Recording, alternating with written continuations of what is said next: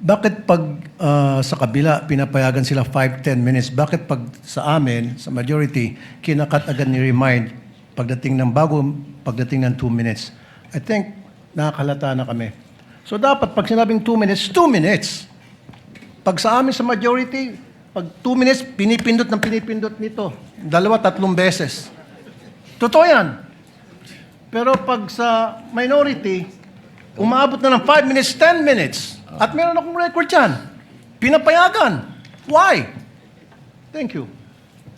The comments of Senator Judge Rafi Tulfo is recognized. However, the chair would like to point out that in the impeachment court, there is no majority nor minority. We are all senator judges. And Senator Lacson earlier requested also an additional time to finish his point, which the chair allowed. That's why the chair reminded Senator Judge Padilla to wind up because Hindi. his time already lapsed. Kaya nga, Mr. Presiding Officer, I'm sorry, I do have a lot of respect in you.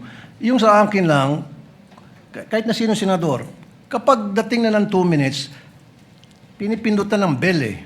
Ako ilang beses na ako nang pindutan ng bell. Nakakairita eh. Samantalang yung iba, hindi pinipindutan ng bell, umabot pa ng 5 minutes. I'm not referring to anybody here now. Yun lang yun eh. Kaya nga kuminsan, binubulungan ko na nandiyan eh. Oy, pindutin mo na yung bell. Para naman dito yung iba. Yun lang po.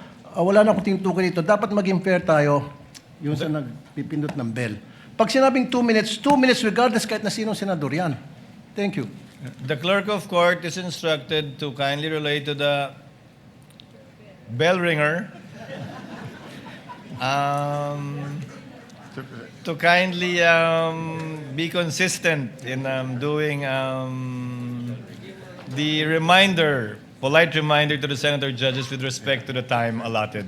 Mr. Presiding Senator Officer. Judge Yes. Cayetano Alan. No, I take the comments of Senator Tulfo in order.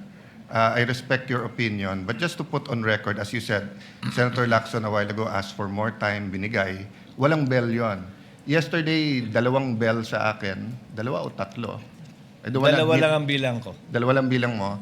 And maybe the solution is that after the first, isang bell na lang, pero kasi from the start of the impeachment trial, we asked the presiding officer at sabi mo nga, liberality, because then if we can't ask questions, baka magkaroon ng motion or mas lalong tatagal.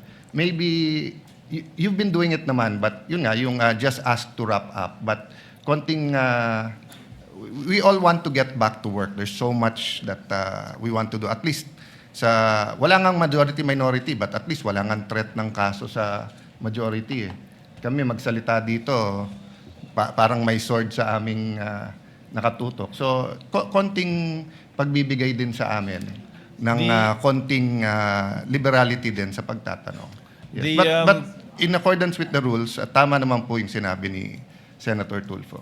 The presiding officer shall take in advisement the points raised by Senator Judge Rafi Tulfo as well as the point raised by Senator Judge Allen.